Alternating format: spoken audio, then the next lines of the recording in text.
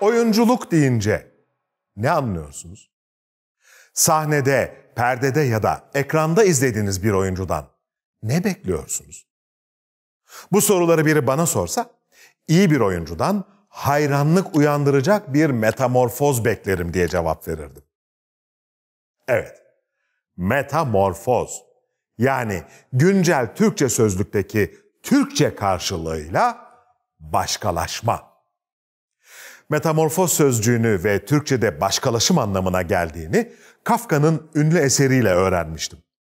O zamandan beri İngilizceye The Metamorphosis diye çevrilen Promenia'nın Türkçe'ye değişim ya da dönüşüm diye çevrilmesini hep eksik ve biraz güdük bulmuşumdur. Zira başkalaşım önerilen her iki sözcükten de daha derinlemesine bir his taşıyor bence içinde. Evet, ben de oyuncudan başkalaşmasını beklerim. Evindeki, sokaktaki, lokantadaki ya da herhangi bir alandaki kendinden başka, oynamakla yükümlü olduğu rol kişisi çerçevesinde yeni bir kimlik yaratmasını isterim. Hatta mümkünse seyirci onu başka bir yerde gördüğünde tanımakta güçlük çeksin. Ya da şöhreti çerçevesinde oyuncuyu her şeyi unutarak bambaşka biri olarak izleyebilsin. Bunun için yapması gereken sesiyle, bedeniyle iyi bir teknik sahibi olması, iç dünyasını bilgi ve gözlemle zenginleştirmesi ve araştırma isteğinden hiç vazgeçmemesi, tabii elbette her yeni rolü yeni bir mücadele, yeni bir heyecan alanı olarak görmesidir. İyi bir oyunculuk eğitiminin oyuncu adaylarına bu becerileri kazandırmasını bekleriz. Oyunculuğun bir sanat olup olmayışı da bu beceriyle belirlenebilir. Bir yaratıcı sürecin olmadığı eylemler için sanat tanımını kullanmak doğru olmayacaktır.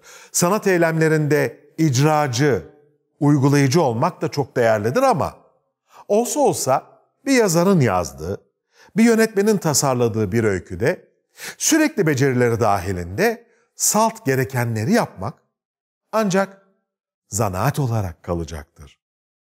Zanaat değersiz midir? Asla.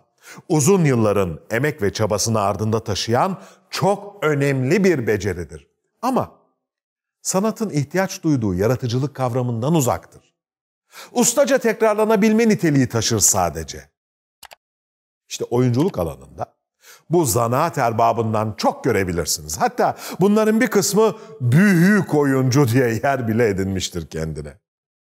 Bunlar seyirciye sempatik gelen bir konuşma, sıcak gelen bir tavır tuttururlar ve ne oynarlarsa oynasınlar role gitmek, onunla yeni bir insan ortaya koymak yerine rolü kendilerine benzetir.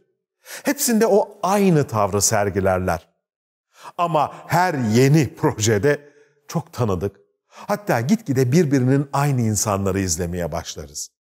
İşte burada mesleğin zanaat kısmını becerebilenler bir süre çok sempatik ve heyecan verici bile gelebilir. Ancak kültürsüzlüğüyle ön plana çıkan bir esnafla dahi bir bilim adamını neredeyse aynı davranış, konuşma kalıpları, tonlamalar ve aynı hareketlerle izlemeye başladığınızda o meslektaşımızın kabak tadı vermeye başladığını hissedersiniz. Hele bir de azıcık tanınırlık ve beğeni topladıysa değmeyin keyfine. Artık hiçbir şey yapmaksızın oyunculuğun doruk noktasındadır. Yazarı tarafından hiç de öyle yazılmadığı, yönetmeni tarafından hiç de öyle düşlenmediği halde role gitmek yerine inatla rolü alıştığı, en iyi, belki de tek bildiği en güvenli limanlara çekiştirecektir. Yani kendine. Oysa sanat sıradandan kaçtığınızda, denemekten korkmadığınızda, aklın eşliğinde sınırları zorladığınızda ortaya çıkar. Dedim ya, benim için bir metamorfoz işidir oyunculuk.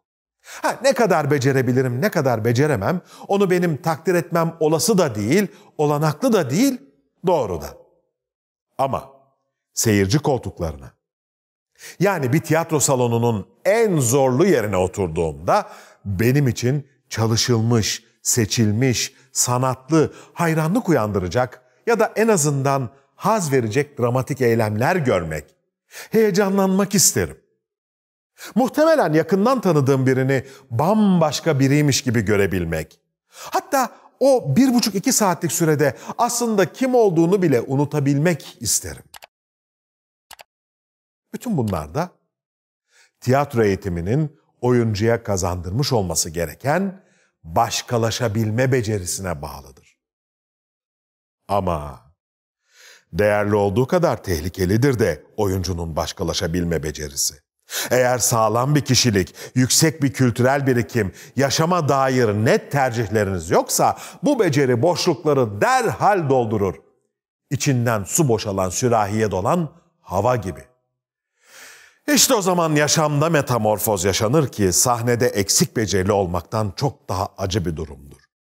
Dönem ya da şartlar karşısında herhangi bir ahlak ya da tutarlılık ölçütü gözetmeden araziye uyum gösterir kişi. Bunlar kraldan çok kralcı olmalarıyla göze batarlar. Kimi Kafka'nın Gregor Samsa'sı gibi kendini bir böcek olarak bulur.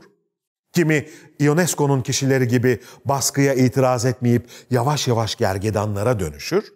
Kimi ise Gülahay'ın atındaki gibi gönüllü olarak beygirleşip insanlığını kendi bile unutur hale gelir.